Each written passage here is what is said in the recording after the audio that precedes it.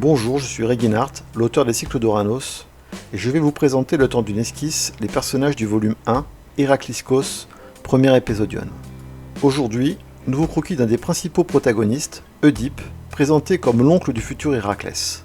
Je vous invite à découvrir ma réflexion sur les deux premiers croquis de ce personnage, que je vais poursuivre maintenant. Comme je l'ai dit, les deux versions homériques ont été pour moi le début d'un postulat qui a été de ne pas considérer certaines versions comme dominantes dans l'établissement des faits mythologiques. Mais il restait à digérer la tragédie de Sophocle, qui a imposé une version du mythe d'Oedipe fermement installée dans l'imaginaire collectif.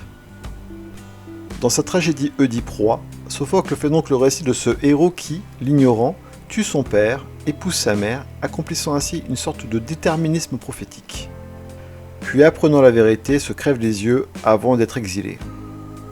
Comme je l'ai dit avec Homère, il ne faut pas ignorer la dimension politique de ces versions, Sophocle participant activement à la vie politique d'Athènes dans laquelle il a vécu au 5e siècle avant Jésus-Christ. Oedipe était un héros thébain, de plus un des mythes les plus anciens de ce que nous désignons maintenant comme la Grèce antique. Il faut donc considérer cette version comme une œuvre de pure fiction, et outre l'aspect purement culturel, obéissant à une volonté idéologique.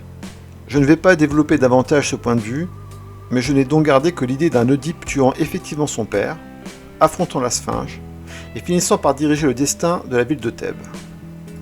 Il aura effectivement deux fils au destin tragique, Éthéocle et Polynice, que je cite dans le premier volume, mais nous sommes loin de la déchéance morale et physique décrite par Sophocle. J'ai quand même conservé un détail de la tragédie de Sophocle, en jouant avec une idée pour en délivrer une vision originale.